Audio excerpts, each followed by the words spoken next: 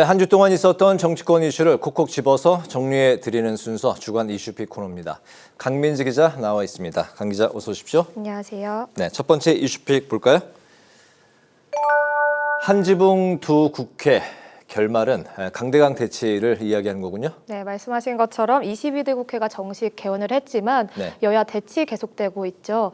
이 때문에 국회는 상임위와 특위로 쪼개진 한지붕 두 국회 이렇게 운영되고 있습니다. 네, 오늘도 민주당은 법사위와 과방위 상임위원회를 이제 단독 개최했고 국민의힘도 이제 상임위에는 불참을 하고 특위에서 현안을 챙기는 이제 모습을 보였는데 이런 상황 그 언제까지 갈지 현재로서는 예측하기가 쉽지는 않죠. 네, 맞습니다. 여야 협상 상황이 중요한데 타협점을 찾기가 쉽지 않은 상황입니다. 네.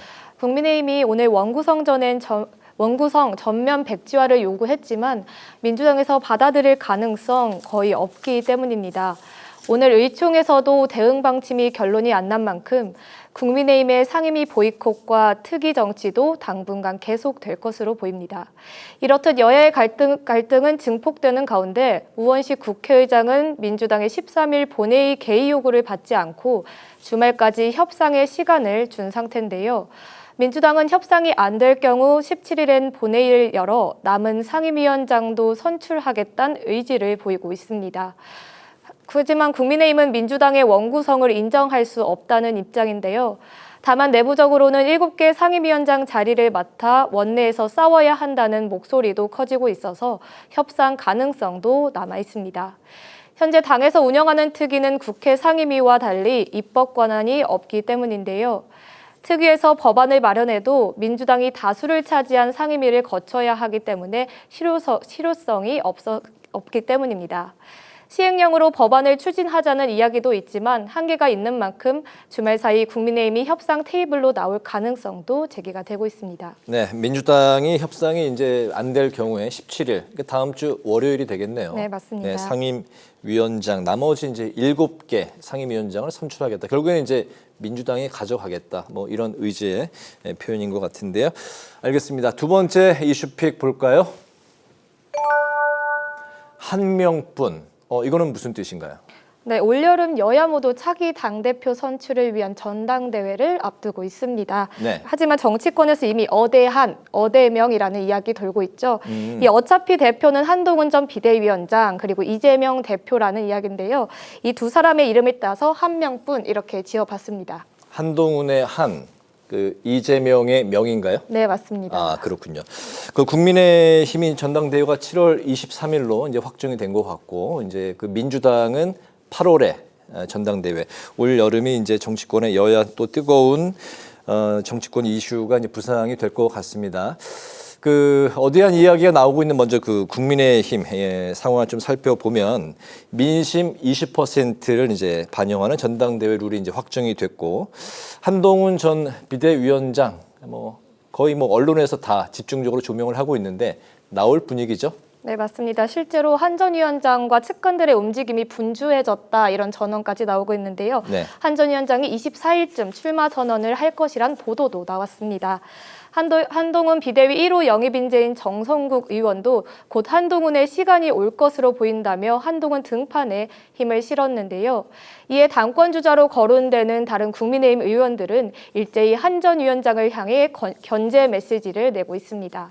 나경원 의원은 원외 당대표 한계론을 지적했고 안철수, 윤상현 의원도 대선 패배에 책임을 지고 사퇴한 분이 다시 나와선 안 된다고 직격했는데요.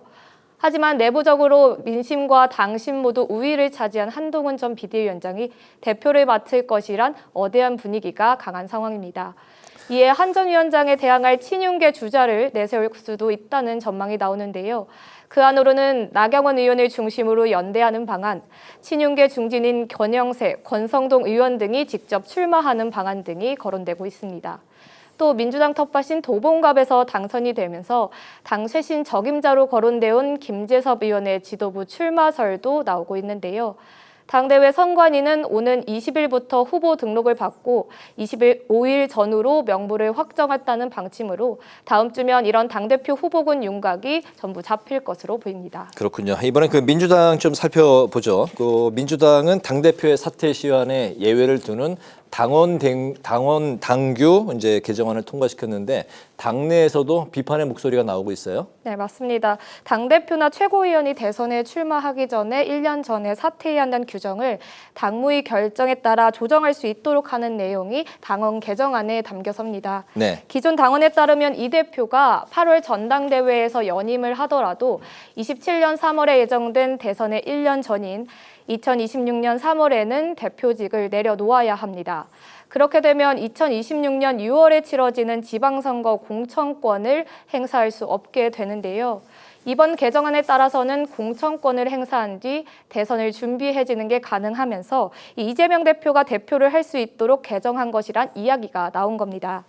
이에 대해 민주당 내 특히 친명계에서조차 오해의 소지가 있다며 비판하고 있는데요.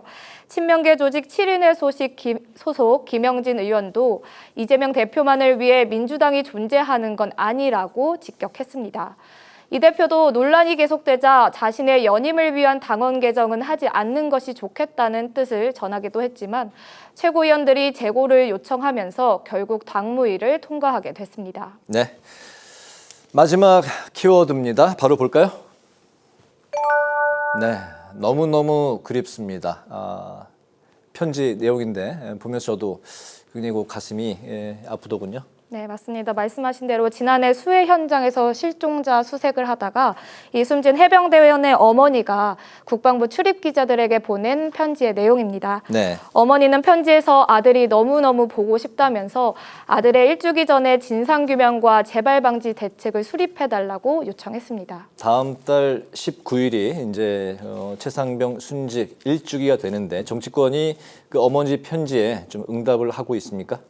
네, 여야 모두 진상규명에는 한 목소리를 내면서 약속을 하고 있습니다. 네. 다만 그 방법론을 놓고는 이견을 보이고 있는데요.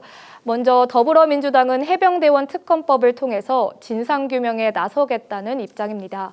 이를 위해 법사위에서 단독으로 소위로 넘겨 심사에 들어갔고 또 오늘 입법 청문회 개최와 증인 채택까지 의결을 했습니다.